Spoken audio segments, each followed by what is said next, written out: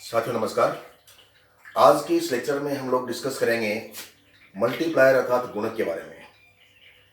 तो मल्टीप्लायर का जिक्र चूंकि इकोनॉमिक्स में बहुत सी जगह होता है, इसलिए बड़ा ज़रूरी है इसकी बात करना। मल्टीप्लायर अर्थात गुणक आय में वृद्धि करने के लिए विनियोग में वृद्धि करना अति आवश्यक है, इस बात को हम लोग जानते हैं। अतः आय तथा व्यय विनियोग की मात्रा पर निर्भर करते हैं। आय तथा व्यय विनियोग की मात्रा पर निर्भर करते हैं, परंतु विनियोग द्वारा किस अनुपात में पुनः आय तथा व्यय का क्रम चलता है, इस बात की स्टडी गुणक की धारणा अर्थात मल्टीप्लायर कॉन्सेप्ट के अंतर्गत हम लोग करते हैं। शुरू में 1930 में प्रोफेसर आर एफ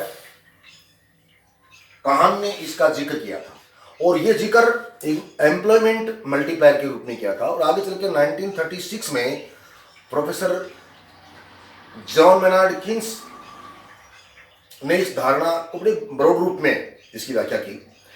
यहां हम कीन्जियन इन्वेस्टमेंट मल्टीप्लायर की बात करेंगे। केवल किन्स का जो निवेश गुणक है उसकी हम लोग बात करेंगे। हम जानते हैं कि जब विनियोग में वृद्धि की जाती है तो आय भी बढ़ती है। इसके विपरीत विनियोग में कमी करने पर आय में कमी आती है। परंतु अब प्रश्न ये उठता है कि आय में कमी या वृद्धि विनियोग के बराबर होती है या उसके किसी अनुपात में। इस बारे में प्रोफेसर किन्स का यह विचार था कि जब भी किसी अर्थव्यवस्था में विनियोग किया जाता है तो उससे आय में वृद्धि उसके बराबर नहीं होती, बल्कि ये आय में वृद्धि उसके कुछ गुणा में होती है, मल्टीपल। इसे ही गुणक प्रभाव मल्टीप्लायर इफेक्ट के नाम से जाना गया। अर्थात विनियोग की प्रारंभिक वृद्धि एवं आय में कुल अंतिम वृद्धि के अनुपात को गुणक कहा जाने लगा।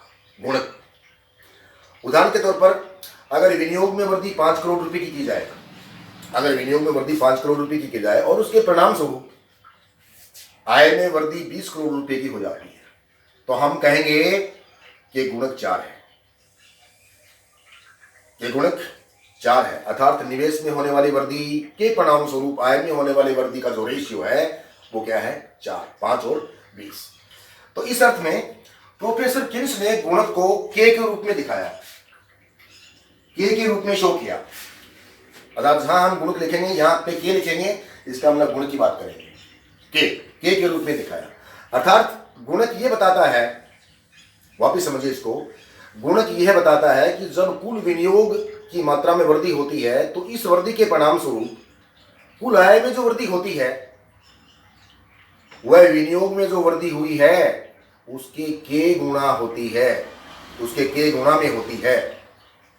इससे स्पष्ट है कि गुणक विनियोग में होने वाली वृद्धि के परिणाम स्वरूप आय में होने वाली वृद्धि का अनुपात है, और उसको हम इस रूप में लिख सकते हैं, delta Y equal to K delta I. Delta Y equal to K delta I, और के डेल्टा आई अर्थात K equal to delta Y upon delta I. अर्थात ये मैंने कहा था आपको, ये जो के है क्वांटिटी, ये जो के है ये क्या है? गुणक, multiplier will be equal to delta Y upon delta I. अर्थात delta Y upon delta I change in income और चेंज इन इन्वेस्टमेंट। इस प्रकार से इसको प्रारंभिक तौर पे हम जो गुणक की जो है वो किस प्रकार से लिखेंगे? K equal to delta Y upon delta I. अर्थात जब विनियोग में वृद्धि होती है तो आय में वृद्धि के गुणा होगी। और इसको इस प्रकार से मैं थोड़ा सा मदद कर सकता हूं। एक एग्जांपल लें अपन, जैसे माना कि अर्थव्यवस्था में 100 करोड़ रुपए का विनियोग होता है, 100 करोड़ रुपए का इन्वेस्टमेंट होता है प्रारंभ में। तो इसके परिणाम स्वरूप 100 करोड़ रुपए खर्च होने से, ये खर्च कहाँ होंगे? श्रमिकों पर, जो माल की आपूर्ति करते हैं उनके ऊपर, और विनियोग से संबंधित जो अन्य व्यक्ति जुड़े हुए हैं उनकी आय में 100 करोड़ रुपए के बराबर वृद्धि होगी। और अगले स्टेप में इस आय का एक भाग चूंकि सेविंग के लिए आता है, माना कि 50 करोड़ रुपए की इनकम होगी 100 करोड़ रुपए में से, तो पीछे क्या बच गया? 50 करोड़ रुपए। इस 50 करोड़ रुपए का फिर उपभोग, उत्पादन इन सब क्रियाओं में लगा जाता है। तो इससे 50 करोड़ रुपए की फिर इनकम जनरेट हो गई। अगले स्टेप में इस 50 करोड़ रुपए से माना कि 25 करोड़ रुपए की सेविंग की जाती है, देन 25 करोड़ रुपए फिर उत्पादन जैसी क्रियाओं में लगे जाते हैं। तो इस प्रकार से यह क्रम चलता रहता है और इनकम जनरेट होती रहती है। तो इसलिए ये आय में वृद्धि जो होगी वो 100 करोड़ रुपए का आपने इन्वेस्टमेंट किया था उसके कुछ गुना में होगी, बल्कि उसके बराबर नहीं होगी, ना कम होगी। तो इसलिए ये आय में वृद्धि गुणक के आकार पर भी डिपेंड करती है। गुणक के आकार पर डिपेंड करेगी कि गुणक का साइज क्या है, इस के का साइज कितना है, इसके ऊपर डिपेंड करेगी। और ये के की साइज जो है वो एमपीसी पर डिपेंड करेगी। एमपीसी एक नाम आया है, एमपीसी। तो ये जो के की साइज है वो एमपीसी पर डिपेंड करेगी। एमपीसी का मतलब मार्जिनल प्रोपेंसिटी टू कंज्यूम, सीमांत उपभोग प्रवृत्ति। और सीमांत उपभोग प्रवृत्ति को अपन कैसे लिखे गए? Delta C upon delta Y. Delta C upon delta Y अर्थात चेंज इन इनकम और चेंज इन कंजम्पशन का जो रेशियो है will be equal to MPC. तो ये सीमांत उपभोग प्रवृत्ति और ये के, इन दोनों का संबंध आपस में है। अर्थात एमपीसी जितनी अधिक होगी के भी उतना ही अधिक होगा, एमपीसी जितनी कम होगी के भी उतना ही कम होगा।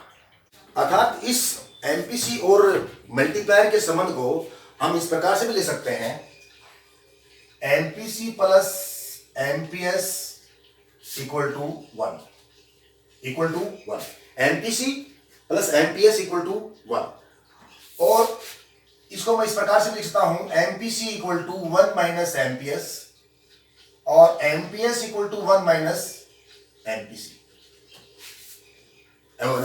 MPS equal to 1 minus MPC. अर्थात इन दोनों का जो रिलेशनशिप है एमपीसी और मल्टीप्लायर का वो इस अर्थ में है। यहाँ एक शब्द और आया है एमपीएस, एमपीएस इसको बोलते हैं बचत की सीमांत प्रवृत्ति। बचत की सीमांत प्रवृत्ति, marginal propensity to consume.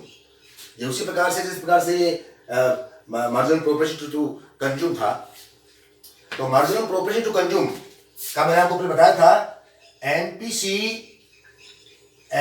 Equal to delta C upon delta Y, ये इसके बराबर है। MPC should be equal to delta C upon delta Y. इस प्रकार से ये जो के की मात्रा है, ये जो के है 1 अपॉन एमपीएस के बराबर है। के इक्वल टू 1 अपॉन एमपीएस के बराबर होता है। यदि मैं इसको इस प्रकार से लिख सकता हूं, K equal to 1 upon 1 minus B, 1 minus B. यहां बी क्या है? यहां बी है एमपीसी। बी क्या है? एमपीसी। तो इस अर्थ में k equal to 1 upon 1 minus MPC, ये जो चीज है k equal to 1 upon 1 minus MPC या k equal to 1 upon 1 minus B, इसको हमें प्रूव करना है। k equal to 1 upon 1 minus B, इस चीज को हमें प्रूव करना है। और इसको प्रूव करने के लिए एक इक्विलिब्रियम नेशन का इक्विलिब्रियम है y equal to C plus I, उससे हम देखेंगे इस प्रकार से ये मान आता है k equal to 1 upon 1 minus B का। तो जैसा कि हम जानते हैं y equal to C plus I, ये इक्विलिब्रियम है y equal to C plus I. और इन वेरिएबल्स में हम चेंज करते हैं, चेंज करने पर ये क्या हो जाएगा? Delta y equal to delta c plus delta I, सभी वेरिएबल्स में चेंज करने पर। अब दोनों साइड में, लेफ्ट साइड और राइट साइड, दोनों साइड में डेल्टा y से डिवाइड करने पर, दोनों साइडों को डेल्टा y से हम डिवाइड करेंगे, तो delta y upon delta y divide equal to delta c upon delta y plus delta i upon delta y। यहां हम क्या देख रहे हैं? ये आपस में कैंसिल हो रहे हैं, delta y upon delta y। तो क्या बच रहा है हमारे पास में, 1 equal to delta C upon delta Y plus delta I upon delta Y. इसको थोड़ा सा अरेंज करने पर इस प्रकार से हम प्राप्त करते हैं delta I upon delta Y, इसको मैं इस प्रकार से लिखता हूं, equal to delta I upon delta Y equal to 1 minus delta C upon delta Y. तो इस प्रकार से हमारे पास आया, तो delta I upon delta Y equal to 1 minus delta C upon delta Y. तो मैंने आपको पहले बताया था, याद कीजिए आप, कि एमपीसी क्या है। एमपीसी बराबर क्या है, delta C upon delta Y, ये है एमपीसी। एमपीसी क्या है, delta C upon delta Y, जो ये एमपीसी यहां पे आ रही है। तो इसको मैं इस प्रकार से लिख सकता हूं, delta I upon delta Y equal to 1 minus MPC, because MPC is equal to delta C upon delta Y. तो इसकी जगह आपने क्या लिखा, एमपीसी। तो ये क्या हो गया, delta I upon delta Y equal to 1 minus MPC. अब इसमें क्या है कि ये जो वैल्यू आई है delta I upon delta Y, इसमें हम क्या देख रहे हैं कि ये गुणक जो आया था हमारा, गुणक था, गुणक की वैल्यू क्या थी, k equal to delta Y upon delta I, ये था मल्टीप्लाई। इसका मतलब ये जो चीज है delta I upon delta Y, और ये है delta Y upon delta I, ये जस्ट गुणक का विलोम है, अपोजिट है। इसको सही रूप में मैं लिखूं तो delta Y upon delta I, ये मल्टीप्लाई होगा। उसी प्रकार से इसको मैंने चेंज किया, तो ये हो गया 1 upon 1 minus MPC, 1 upon 1 minus MPC, where delta Y upon delta I क्या है, ये के, और 1 अपॉन 1 माइनस एमपीसी क्या है, इसको जगह मैं क्या लिख सकता हूं, 1 अपॉन 1 माइनस बी पुट कर सकता हूं। बी मतलब क्या है, एमपीसी। तो ये हम सारे थे। इसका मतलब क्या होता है कि k equal to 1 upon 1 minus B, जो पहले इसको प्रूव करना था अपन को, जो दे रखी थी पहले, तो इस प्रकार से इसको अपन प्रूव कर सकते हैं, k equal to 1 upon 1 minus B, where b is MPC, marginal proportion to control. इसको हम दूसरी मेथड से भी निकाल सकते हैं।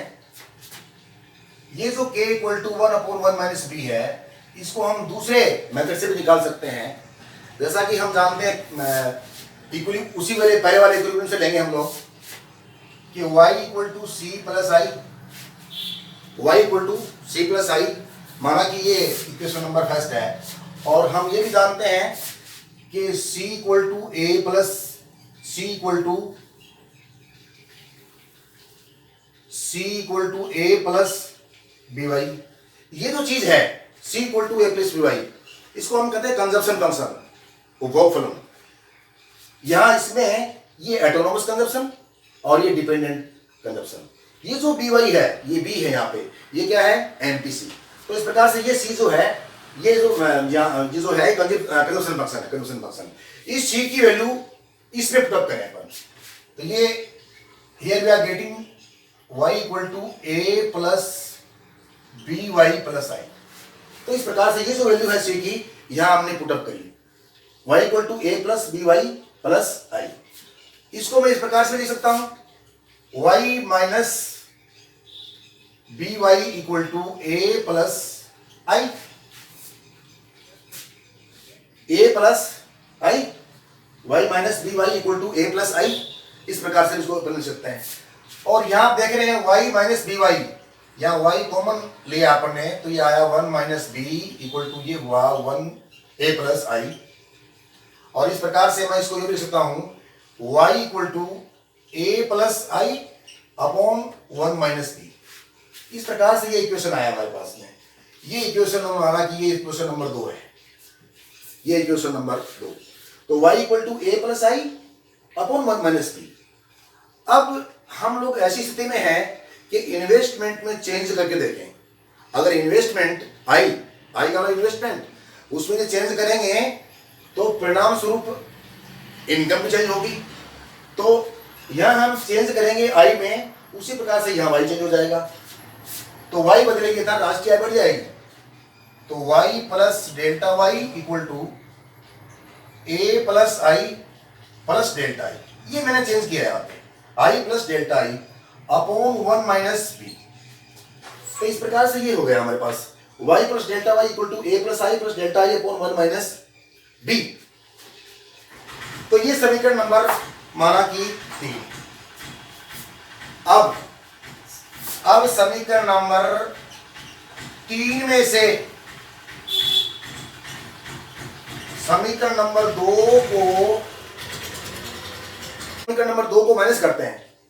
तो माइनस करेंगे तो y प्लस डेल्टा वाई, अब माइनस कर रहे हैं नंबर 2 को, तो माइनस वाई इक्वल टू, वापिस लिखें इसको, a plus I plus delta I upon 1 minus B. अब माइनस, ये चीज माइनस कर रहे हैं, a plus I upon 1 minus B, ये इस प्रकार से लिखा पढ़ने। अब मैं इसको आगे दूसरे फॉर्म में भी ले सकता हूं इस प्रकार से, y plus delta Y minus Y equal to a plus I upon 1 minus B और plus delta I upon 1 minus B और minus a plus I upon 1 minus B. अब यहां पे क्या देख रहे हैं आप कि y plus delta Y minus Y, तो ये y और ये y तो कैंसिल हो गया, और यहां a plus I upon 1 minus B, delta I upon 1 minus B minus a plus I upon 1 minus B. तो a plus I upon 1 minus B यहां प्लस में है और ये माइनस में, ये भी कैंसिल हो गया। तो ये हमारे पास क्या बचता है, delta y equal to delta I upon 1 minus B, ये हमारे पास बचा। तो फाइनली हमें क्या मिला, delta y equal to delta I upon 1 minus B. इसको मैं ऐसे लिख सकता हूं, delta y upon delta I equal to 1 upon 1 minus B. तो ये हमारा मल्टीप्लायर था, delta y upon delta I, ये मल्टीप्लायर है, ये किसके बराबर है, अपॉन 1 माइनस बी। ये देख रहे हैं ना, 1 अपॉन 1 माइनस बी। तो ये जो delta y upon delta I क्या है, हम लोग जानते हैं ये क्या है, k। तो इस प्रकार से k will be equal to 1 upon minus B, ये वैल्यू आपको निकालनी थी। इस प्रकार से हम इसको प्रूव कर सकते हैं। तो हमने देखा कि ये जो k है, ये जो मल्टीप्लायर है, तो इसके थ्रू हम जान सकते हैं कि इन्वेस्टमेंट में कितना चेंजेस होने पर इनकम कितनी बढ़ती है, किस रूप में बढ़ती है, उसके बराबर बढ़ती है, कम बढ़ती है, या उसे उस गुणा में बढ़ती है। तो फाइनली अपने जाना कि इन्वेस्टमेंट बढ़ने पर जो नेशनल इनकम है वो k गुणा में बढ़ती होती है, उसके k गुणा में बढ़ती है। Thank you.